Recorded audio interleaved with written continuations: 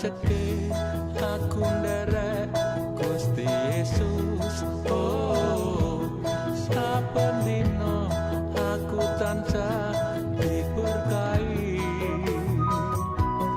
Hatiku ayam tentram, hatiku ayam tentram.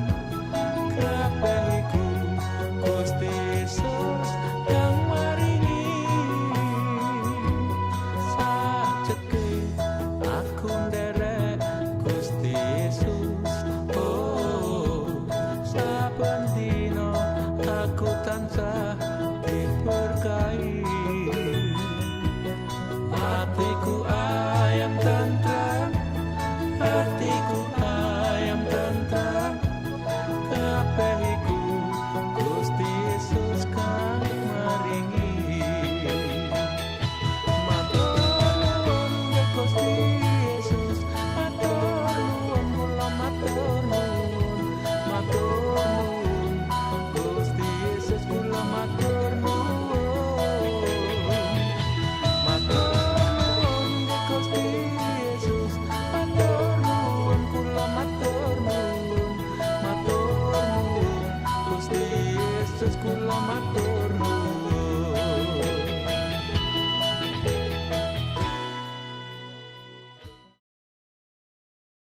Jemaat terkasih, alangkah bahagianya kita apabila mengingat besarnya kasih Tuhan dalam hidup kita sampai saat ini. Bahkan masih di tengah situasi wabah COVID-19 ini, Tuhan tetap menjaga kita dan mempertemukan kita melalui media online. Maka, mari kita mensyukuri segala kebaikan Tuhan dalam kebaktian minggu ini dengan nuansa etnik Jawa. Saya mengajak jemaat terkasih untuk bangkit berdiri. Kita masuk dalam saat teduh. Sumangga kita sami jumeneng lan lumebet wonten ing wekdal ening sawetawis.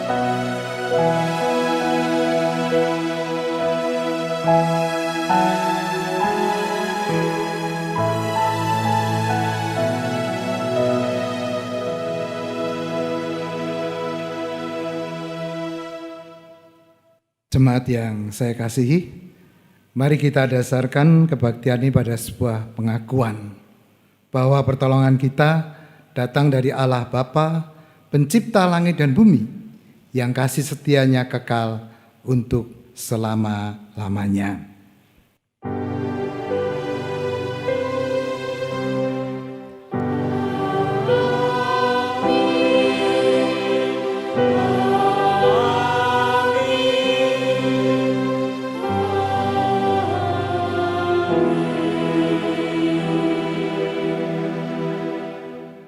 Kasih karunia dan damai sejahtera dari Allah Bapa kita dan dari Tuhan Yesus Kristus menyertai saudara sekalian. Dan menyertai saudara juga. Silakan duduk. Jemaat yang saya kasihi, firman Tuhan menjadi dasar pada kebaktian hari Minggu ini menyatakan demikian. Karena bagiku hidup adalah Kristus dan mati adalah keuntungan. Filipi 1 ayat 21. Kita diajak untuk berani menjalani hidup yang masih Tuhan percayakan pada kita sampai saat ini.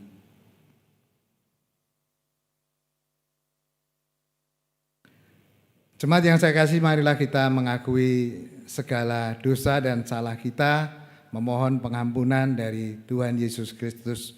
Sumangga kita dedonga.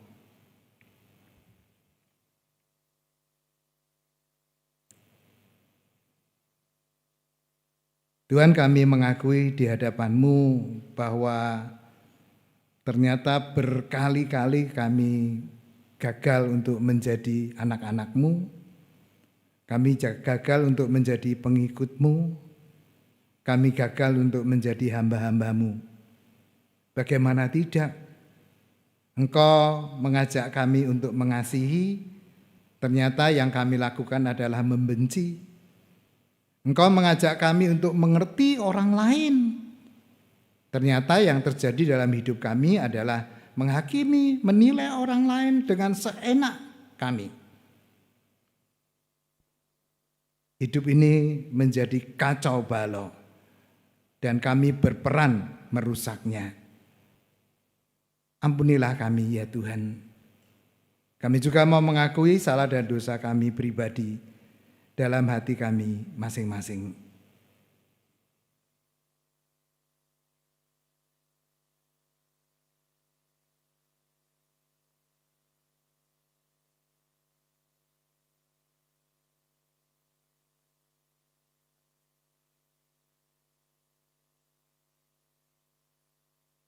Kami percaya ada jaminan pengampunan di dalam nama Tuhan Yesus Kristus. Amin.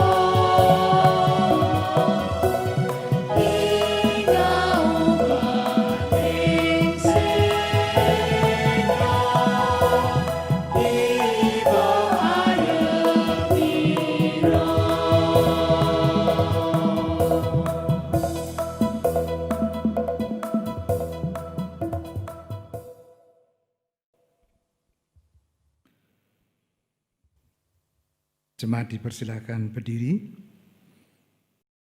Sebagai hamba Tuhan Yesus Kristus, saya memberitakan bahwa pengampunan dosa berlaku untuk kita semua. Sebagaimana Tuhan telah menebus dosa kita, dan Ia pun memberikan berita anugerah bagi kita yang demikian dinyatakan. Tetapi kamulah bangsa yang terpilih, imamat yang rajani, bangsa yang kudus, umat kepunyaan Allah sendiri, supaya kamu memberitakan perbuatan-perbuatan yang besar dari Dia, yang telah memanggil kamu keluar dari kegelapan kepada terangnya yang ajaib. Kamu yang dahulu bukan umat Allah, tetapi yang sekarang telah menjadi umat-Nya. Yang dahulu tidak dikasihani, tetapi yang sekarang telah beroleh belas kasihan. 1 Petrus 2 ayat 9 dan 10. Demikianlah berita anugerah dari Tuhan. Syukur kepada Allah.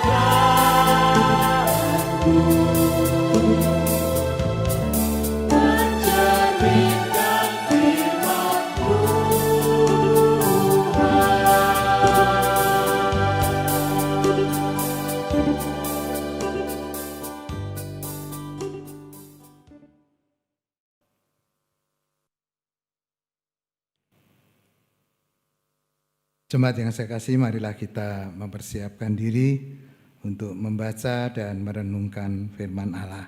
Kita berdoa.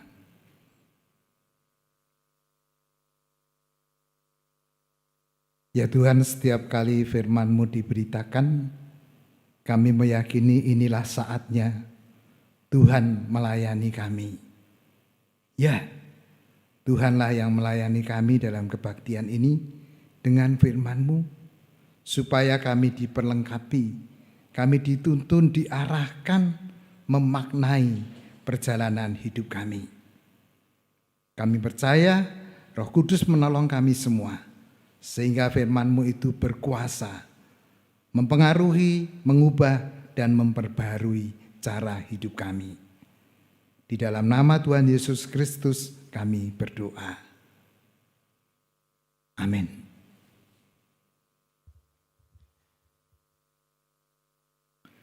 Firman Tuhan dibacakan dari Injil Yohanes pasal 14. Yohanes pasal 14 ayat 1 sampai dengan 14. Ayat 1 sampai dengan 14 dari Yohanes pasal 14. Janganlah gelisah hatimu, percayalah kepada Allah, percayalah juga kepadaku. Di rumah Bapakku banyak tempat tinggal. Jika tidak demikian, tentu aku mengatakannya kepadamu, sebab aku pergi ke situ untuk menyediakan tempat bagimu. Dan apabila aku telah pergi ke situ dan telah menyediakan tempat bagimu, aku akan datang kembali dan membawa kamu ke tempatku, supaya di tempat di mana aku berada, kamu pun berada. Dan kemana aku pergi, kamu tahu jalan ke situ. Kata Thomas kepadanya, Tuhan, kami tidak tahu kemana engkau pergi. Jadi bagaimana kami tahu jalan ke situ? Kata Yesus kepadanya, Akulah jalan dan kebenaran dan hidup. Tidak ada seorang pun yang datang kepada Bapa kalau tidak melalui aku. Sekiranya kamu mengenal aku, pasti kamu juga mengenal Bapakku. Sekarang ini kamu mengenal Dia dan kamu telah melihat Dia. Kata Filipus kepadanya, Tuhan, tunjukkanlah Bapa itu kepada kami.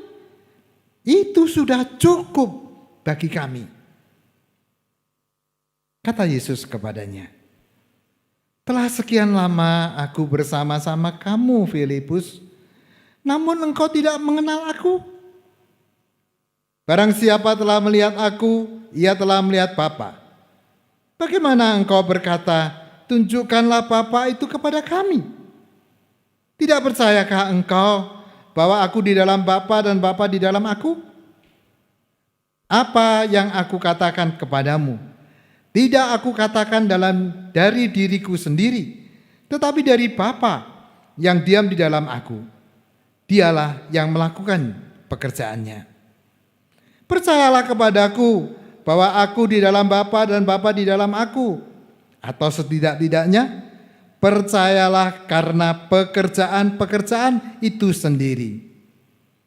Aku berkata kepadamu, sesungguhnya barang siapa percaya kepadaku, ia akan melakukan juga pekerjaan-pekerjaan yang aku lakukan. Bahkan pekerjaan-pekerjaan yang lebih besar daripada itu. Sebab aku pergi kepada Bapa. Dan apa juga yang kamu minta dalam namaku, aku akan melakukannya supaya Bapa dipermuliakan di dalam Anak. Jika kamu meminta sesuatu kepadaku dalam namaku, aku akan melakukannya. Demikianlah sabda Tuhan yang berbahagia adalah mereka yang memelihara dan melakukan dalam hidup sehari-hari. Haleluya.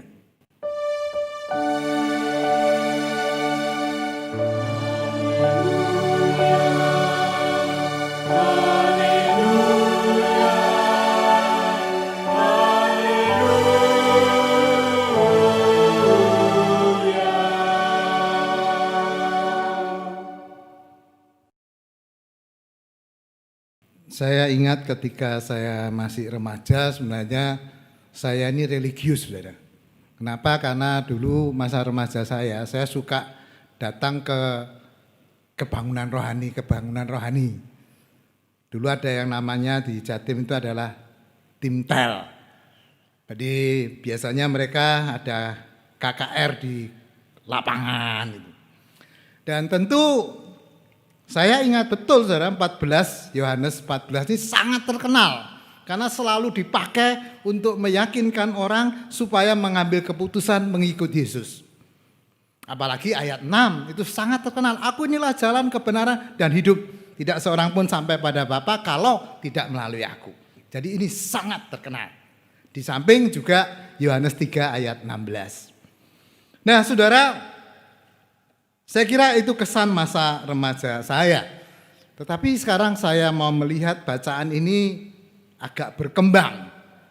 Dan saya bangga saudara karena di tengah segala kesulitan ini kita justru memakai tema keberanian menjalani kehidupan atau keberanian menjalani hidup ini. Dan ketika bacaan ini dipakai saudara, maka ada beberapa hal yang menurut saya penting. Lihat ada beberapa kata kerja yang indah. Menyediakan tempat. Aku pergi ke sana menyediakan tempat bagimu. Kalau sudah menyediakan tempat, aku akan datang kembali membawa kamu. Lalu ada kata benda, jalan, kebenaran, dan hidup. Saudara-saudara, kata-kata ini, kata kerja maupun kata benda yang muncul dalam bacaan kita ini, kalau kita telusuri kemudian bermuara atau dia berpuncak pada yang namanya pekerjaan. Jadi Yesus mau mengatakan pada murid-muridnya, aku menyediakan tempat bagimu, itu aku kerja. Kalau aku datang menjemput kamu, aku kerja. Aku ini jalan. Jadi kerjaku menjadi jalan. Memperjuangkan kebenaran. Kerjaku adalah menghormati kehidupan, memperjuangkan budaya kehidupan. Nah, itu lihat saudara, setelah itu lalu memang para murid juga bingung. Oh, foto ini. Mereka bertanya tentang jalan, bertanya pada melihat Bapa. Tetapi lihat, Yesus menjelaskan, kalau kamu mau mengenal aku, maka kamu mengenal pekerjaanku. Bahkan Injil Yohanes sangat terkenal karena dia mengatakan, Yesus mengatakan, aku tidak mengerjakan pekerjaan lain kecuali pekerjaan Bapakku. Jadi saudara, percaya padaku itu sama dengan percaya pada pekerjaanku. Kalau kamu percaya kepadaku, maka kamu pun akan melakukan pekerjaanku. Disitulah baru kemudian Yesus, kalau kamu perlu, kamu meminta, aku akan berikan supaya Bapa dimuliakan. Kenapa? Karena kamu mengenal pekerjaanku, kamu melakukan pekerjaanku. Dan inilah yang penting. Jadi ternyata melakukan pekerjaanku itu sebuah keberanian menjalani hidup ini. Sama seperti kalau toh aku harus menuju kepada salib, aku melakukan pekerjaan Bapa. Saudara-saudara yang saya kasihi, bekerja. Sekarang ini kan ada istilah yang menarik BDR. Kalau orang bilang WFH. Ya, tetapi saya bahasa Indonesia kan BDR. Belajar dari rumah, bekerja dari rumah. Ya, toh.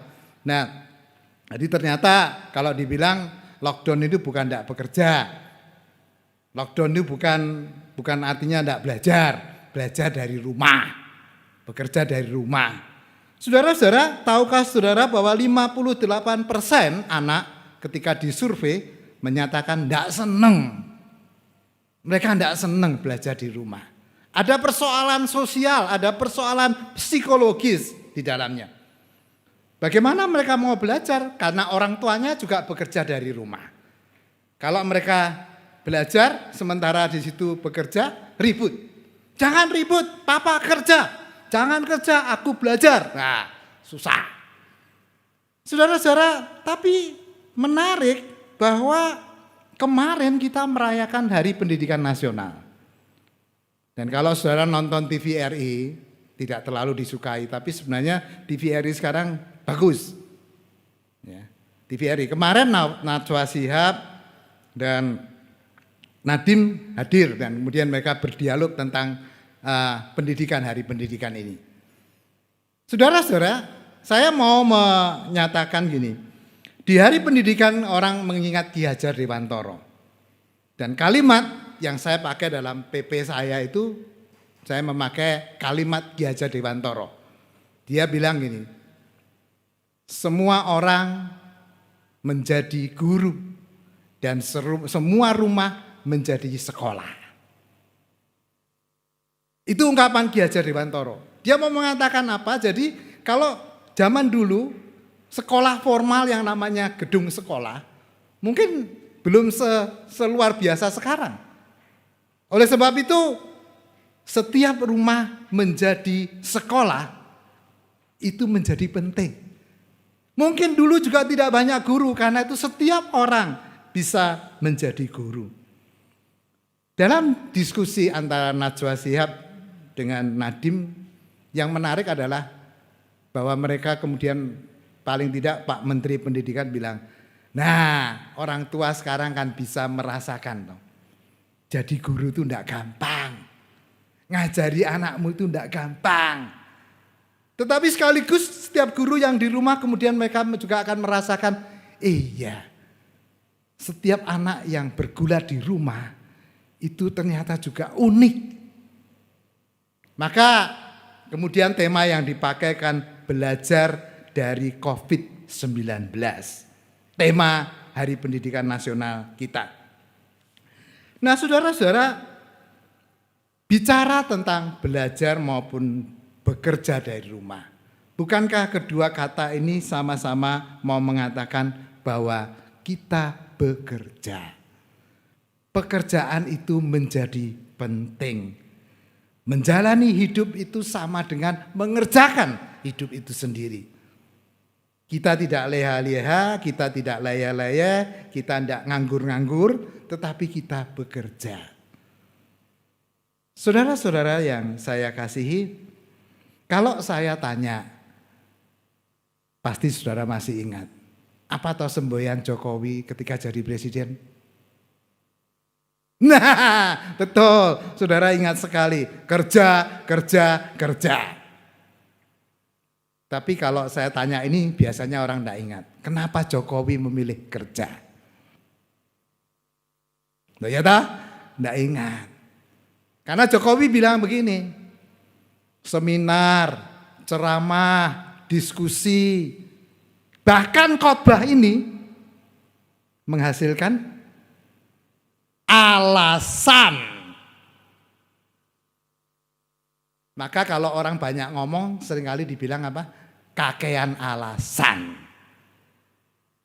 Jadi bukan tidak penting loh saudara, tapi Jokowi mau bilang ngomong-ngomong itu menghasilkan alasan. Tapi kalau kerja, kerja menghasilkan uang, itu orang modern. Tapi kalau Jokowi bilang gini, kerja itu menghasilkan perbuatan. Ya, menghasilkan perbuatan. Kalau mau melakukan perbuatan baik, tidak ada cara lain kecuali mengerjakan hal-hal yang baik. Kalau mau mengerjakan hal-hal yang benar, maka dia akan menghasilkan perbuatan-perbuatan pejuang kebenaran. Karena itu benar, kerja itu menjadi penting. Dan keberanian menjalani hidup ini membutuhkan keberanian untuk mengerjakan hidup ini. COVID-19 mengajarkan kepada kita banyak hal. Menurut saya paling tidak sumbu kesabaran yang selama ini pendek, dia menjadi lebih panjang. Sekalipun saya tahu ada banyak orang sudah tidak sabar. Bahkan ada orang tua keponakan saya bilang gini, Om, anakku sering nangis, kenapa nangis? Karena tidak bisa kemana-mana.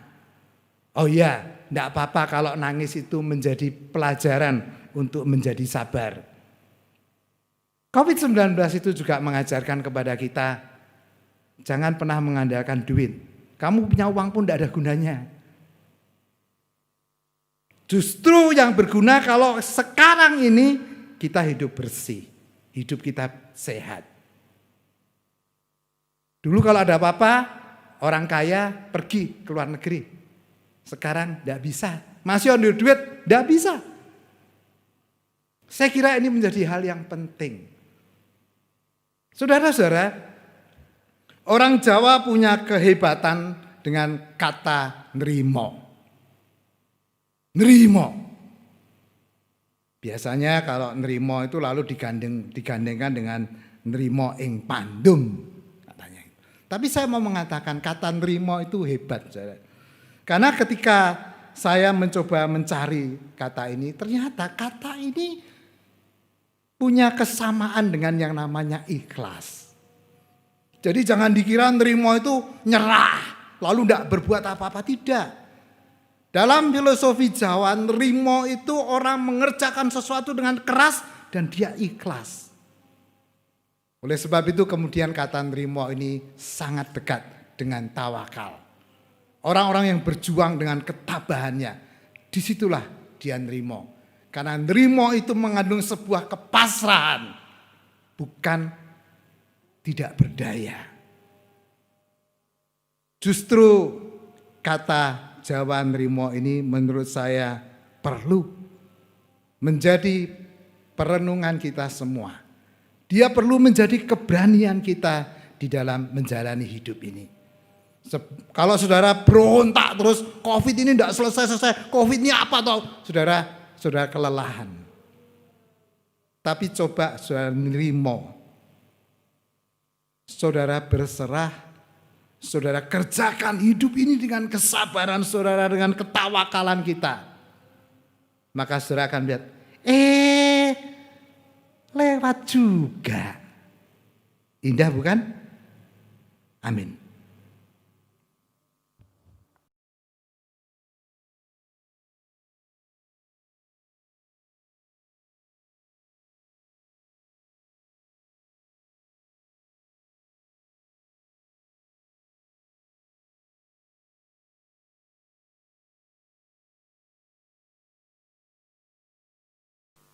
Jemaat dimohon berdiri.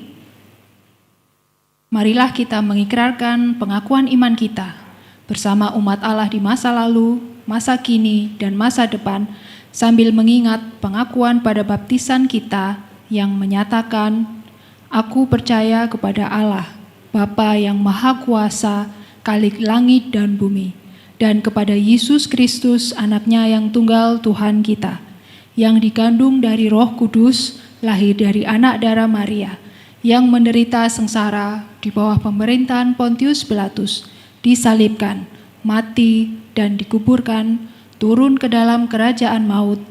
Pada hari yang ketiga, bangkit pula dari antara orang mati, naik ke surga, duduk di sebelah kanan Allah, Bapa yang Maha Kuasa.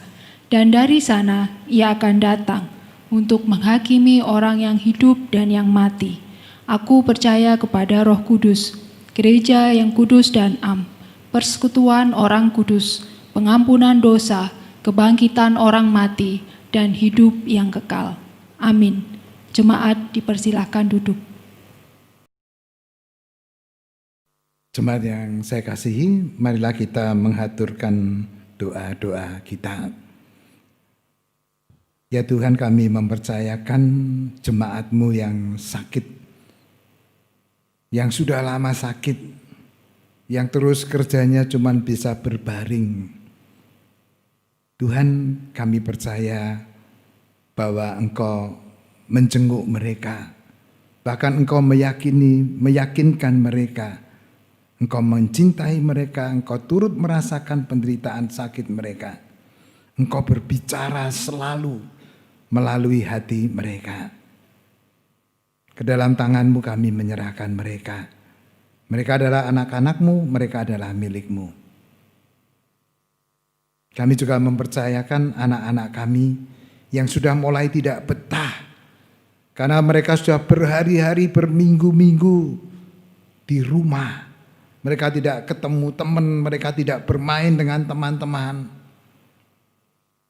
Oh Tuhan, tolonglah mereka. Biarlah mereka bersabar sama seperti kami, mengajarkan kesabaran di rumah kami masing-masing. Biarlah kami belajar juga menjadi teman bagi anak-anak kami. Sehingga kami bukan hanya orang yang cari uang untuk memberi mereka makan, untuk membesarkan mereka, tetapi kami menjadi orang-orang yang juga teman mereka. Sebaliknya mereka juga belajar menjadi teman dari orang tua mereka. Bapa yang di surga, kami juga mempercayakan para lanjut usia Mereka adalah rentan, orang-orang yang rentan dengan COVID-19 ini. Ya Tuhan, biarlah mereka kuat. Mereka juga menjadi orang-orang yang justru tidak malah nelongso, berkeluh kesah, tapi mereka menjadi orang-orang yang memberikan contoh, mengajarkan bagaimana menjalani hidup, bagaimana berani menjalani hidup dengan ketabahan, dengan terima, dengan ketawakalan. Bapa yang di surga, tolonglah para petinggi negeri ini, dimanapun mereka menjabat. Apakah camat, lurah, bupati, wali kota, gubernur, menteri, DPR, presiden, siapapun mereka. Tuhan tolonglah mereka, supaya mereka menjadi tauladan bagi kami. Menjadi orang-orang yang mengerjakan kehidupan ini. Bukan saling menyalahkan, bukan cuma tahu cari kelemahan, bukan cari keluh kesah, bukan cuma cari kesalahan orang lain. Melemparkan banyak kisah-kisah yang enggak benar. Biarlah bersama-sama kami berjuang untuk menghadapi COVID ini sebagai prioritas hidup berbangsa dan bernegara ini. Berikanlah kami rasa malu kalau kami mengambil apa saja untuk diri sendiri. Berikanlah kami rasa malu kalau kami mengumbar keegoisan kami, keakuan kami, peduli amat dengan orang lain. Inilah saatnya kami membangun solidaritas kemanusiaan dalam arti yang sepenuhnya dan sesungguhnya. Kiranya GKI menjadi salah satu model di dalam karya-karya solidaritas kemanusiaan di tengah COVID-19 ini. Terima kasih ada banyak orang yang mencoba untuk mengelola kebaktian secara online. Biarlah Tuhan juga memberikan kesehatan, kekuatan. Tuhan juga yang mendampingi mereka, sehingga karya-karya mereka bermakna guna bagi banyak orang. Kami juga mau menghaturkan doa-doa pribadi kami dalam hati kami masing-masing.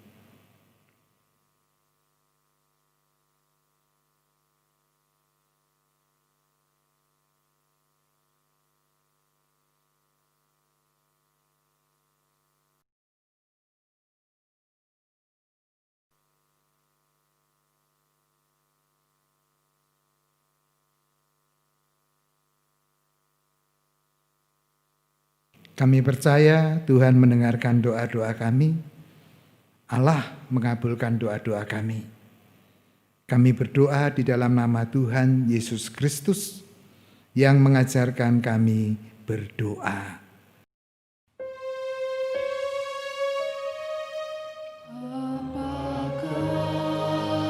Kami yang ada di surga, dikuduskanlah namamu, datanglah kerajaanmu,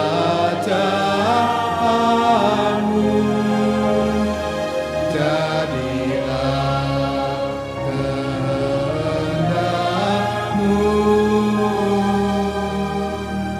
di bumi seperti di surga.